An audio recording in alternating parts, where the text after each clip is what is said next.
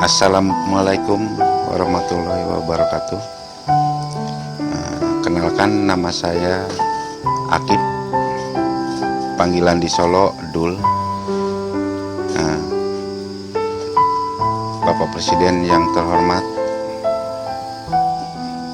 saya dulu pernah tinggal di Solo, di Sumber Kerajaan, tepatnya di Pak Parno. Waktu itu Pak Parno ngejabat calon legislatif partainya PAN.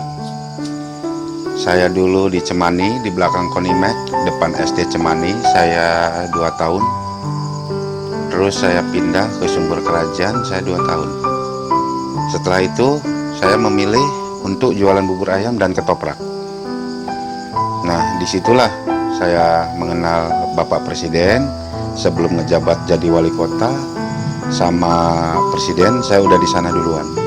Saya keluar masuk ke rumah Bapak Presiden lewat pintu samping. Adanya Bapak Jokowi mungkin kenal sama saya. Waktu itu setiap hari Sabtu Minggu saya nganter ketoprak sama bubur ayam. Setiap minggu sekali saya nganterin bubur ayam dan ketoprak. Nah, setelah itu saya pindah ke Bandara Adi Sumarmo. Waktu itu dan lanutnya Pasirait. Waktu penguasa Angkasa Pura Pak Johnson Lambon Turuan.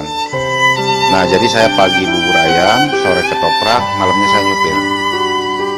Waktu nyupir itu travel punya Pak Rudi, mobilnya orang lain gak ada yang masuk kecuali saya, karena saya dijemput sama Pak Johnson Lambon Turuan kalau ada penumpang dari bandara. Nah, setelah saya merantau ke Sumatera tahun 2005 itu saya ke Danau Toba, ke Pantai Parapat, sampai ke Riau, ke Lampung, Palembang. Justru yang terakhir saya tinggal sekarang di Lubuk Linggau. Itu.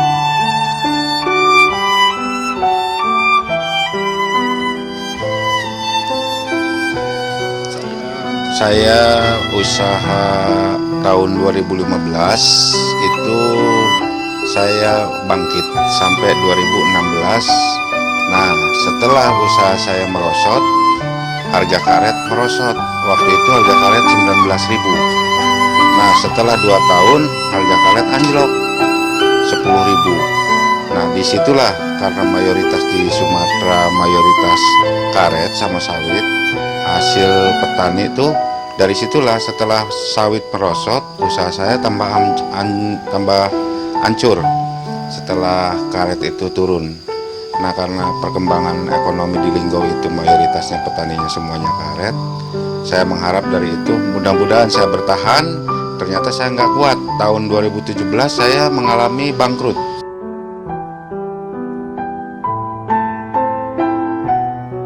Ya, saya usaha roti. Dalam arti roti saya itu sekarang dengan keadaan seperti ini malah udah berhenti tahun 2017. Roti saya roti manis. Mungkin banyak di pasaran di Jawa juga udah ada karena hampir mirip dengan saya roti. Setelah saya istilahnya mengalami merosotnya harga karet, anjloknya harga karet, itulah saya udah semakin mengangsur, semakin berkurang, dalam arti mengalami pernah kebangkrutan tahun 2017. Sekarang di saat posisi sekarang, sebelum corona saya udah berhenti usaha, udah macet, udah agak bertahan lah. Ternyata belum. Nah, itulah jadi saya semakin kedepannya seperti apa keadaan saya nanti kedepannya kalau terus menerus seperti ini, dengan keadaan seperti ini sampai kapan, nunggu virus sampai berakhir. Nah, disitulah saya berpikir dalam arti minta tolong ke Bapak Jokowi, ke Bapak Presiden itu untuk memperhatikan lebih lagi kepada pengusaha menengah ke bawah dengan keadaannya di perantauan seperti saya.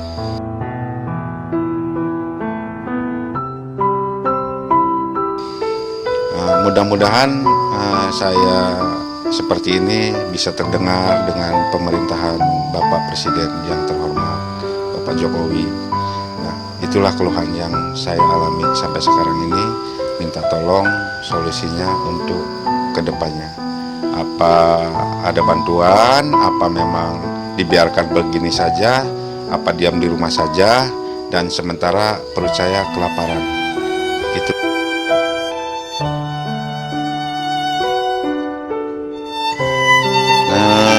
Usaha enggak, sedangkan saya di perantauan merantau nggak punya saudara, nggak punya famili, pokoknya saya sebatang kara. Nah, di saat seperti ini saya merasa benar-benar menjerit, merintih, kesakitan karena adanya wabah virus corona. Makanya tolong Bapak Presiden, tolong dipantau dengan keadaan seperti saya. Ya, kalau memang virus corona itu cepat berakhir, seminggu, 2 minggu, mungkin bisa bertahan. Tapi kalau sampai berlarut berbulan-bulan, sampai kapan? Sedangkan pemerintah yang ada bilangnya diam di rumah saja, tetap di rumah saja. Sedangkan perut keroncongan, gimana? Sementara saya usaha enggak, pemasukan enggak ada. Nah, terus-menerus seperti ini. Nah, mungkin karena nanti ke depannya bukan banyak mati karena virus corona, karena mati kelaparan.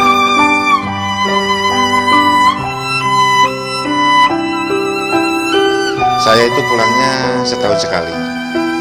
Wah, sebelum corona walaupun saya susah, nggak punya duit, saya tetap pulang. Karena saya merantau itu di sini 6 tahun, itu tiap tahun saya pulang. Dengan keadaan sebelum corona itu saya tetap pulang. Tapi setelah ada wabah corona, virus corona, itu saya jadi pulang nggak bisa, usaha nggak bisa, sementara saya harus tiap hari makan.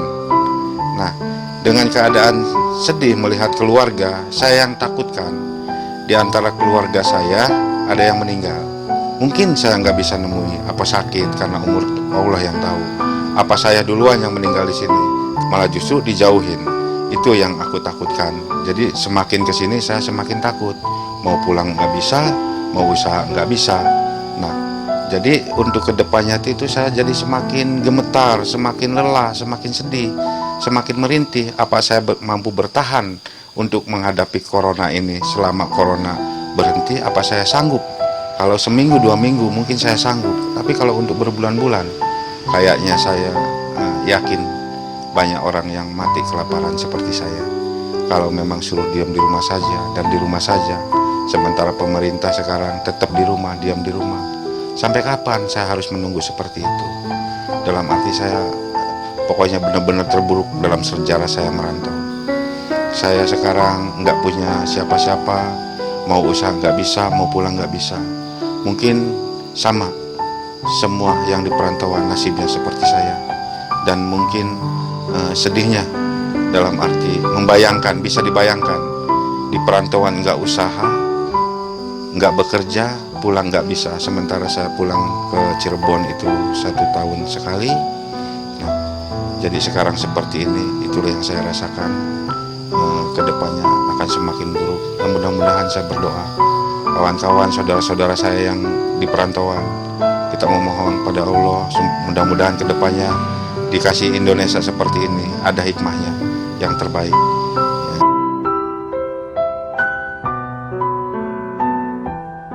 Istri saya kemarin jatuh, hanya bisa lihat di HP, dengan keadaan saking mungkin mikirin suaminya gimana di perantauan.